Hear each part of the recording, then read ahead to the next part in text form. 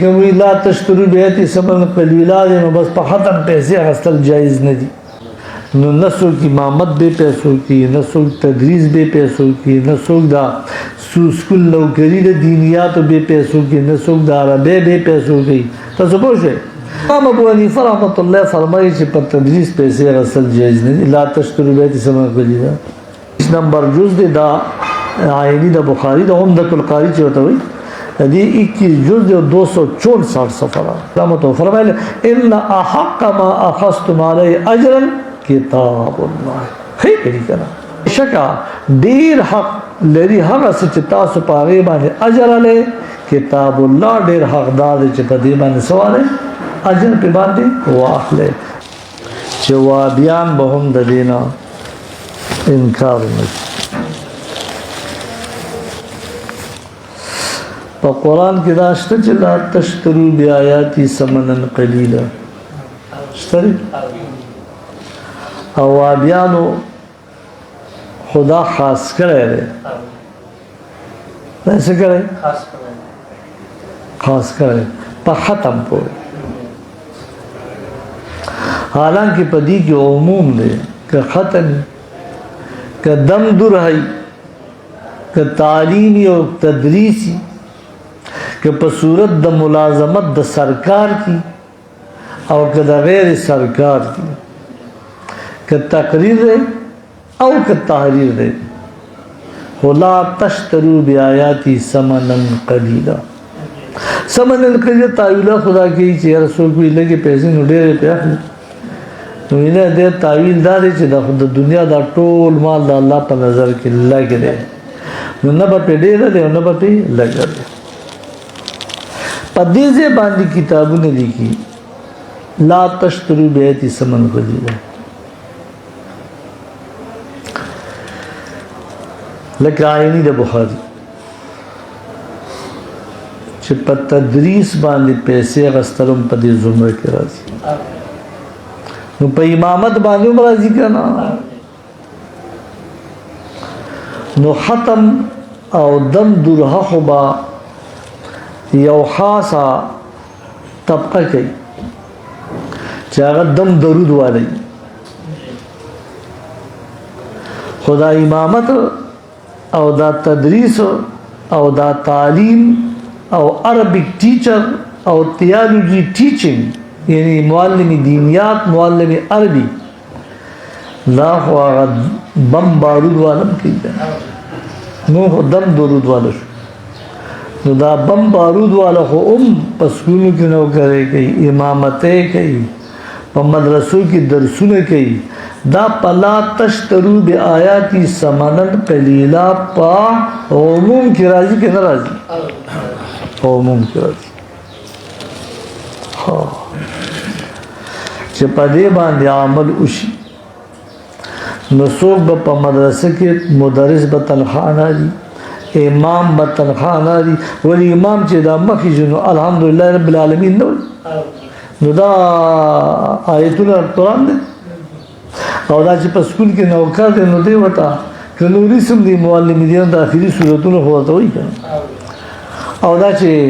مدرس دی نو دی ورته څه همدغه قال الله قال رسول ورته بیانوي او دا شیخ القرآن دی او دا شیخ الحدیث دی او په هغې څه دي غټې غټې تنخواهې نو اصل څه دی قانون څه دی قاعده څه د خدای به یعنی یو اٹل فیصلو کی لا تشترو بی آیاتی ثمنن قلیلا او د دې په عموم کې دا ټول هر څه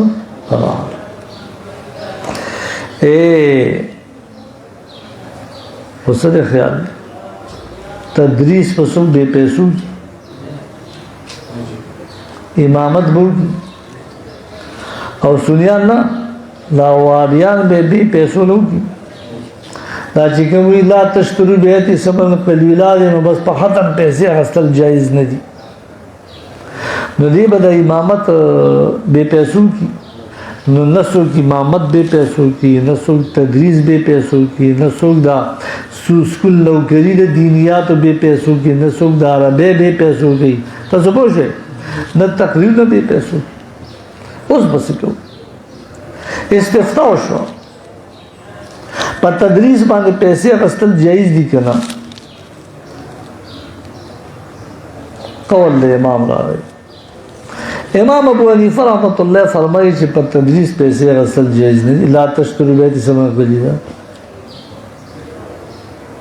تفسیر مظهری زمان نظر نه تیرې چې هغه په دې ځای کې چې اصل غره دا دی چې نه په تدریس پیسې لري نه په تعلیم پیسې لري نه په امامت پیسې اخلي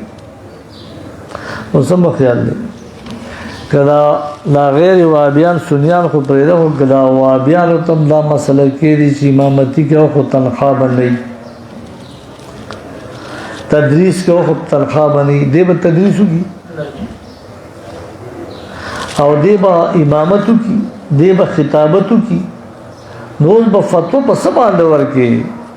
نہ مصلحت مطابق بے ورکی چی اصل خدا دا چی لا تشترو بی آیاتی سمنن قلیلا او دا دی پا عموم کی امامت و تعلیم و تدریس ہم رازی خو مصلحت پا دی کی دی چی پا امامت پا تعلیم و تدریس کی پیسے واغستی شی ذکر بیا با اشاعت دا دین ختم شی سبا شی دا جمی منظور با ختم شی نو چی امام نہیں نو پښتانه په یو بل پسې مونږ نه کی د جبې مونږونه ختم شو او چې مدرس ته پیسې نه ورکي تنخواه ولا نه ورکي نو هغه سمار خو نه چې په خور به پایا او حقیقت هم دا دي چې ضرورت خو د خلکو دي کم نو چې لا د سکول معلمي دینیات یې ولګي او ته چې اعزازي تور نوکري کوا یو ورځ بزیو یو میاش بنځي نو مصلحت اس پس کرے چې موږ فتوا پدې ورکړو چې په امامت او تدریس او تعلیم باندې په پیسې نه دي یا فتوا پدې باندې ورکړي چې اخلي وا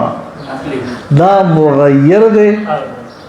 او یو سبب د تغییر راوستلو په قول د امام کې او سبب دی د تغییر راوستلو د فتوی حقیقی په صورت د فتوی عرفی کې عرفی فتوا عرفی کې بیا فتوا ضروری شو بے دلیل دعوه باطلی ما تاسو ان احق ما اخذتم علیه اجر کتاب الله آئینی د بخاری نو دا حدیث کو پاسل کې په بخاری شریف کې او چونکه زما سره نږدې دلته دا بخاری شریف شرح آئینی پرتا 21 نمبر جز دے دا آئینی دا بخاری دا عمدۃ القاری چی ہوتا ہوئی دی 21 جز دے 264 صفحہ 264 صفحہ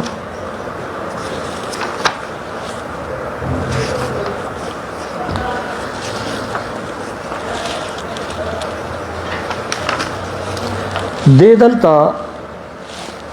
باب الشرط فی الرقیت بقطیع من الغنم وی دا باب پا شرط لگولو کی پا دم کے دے پا قطیع الغنم باندے چی یعنی یو حصہ دا گڑو بیزو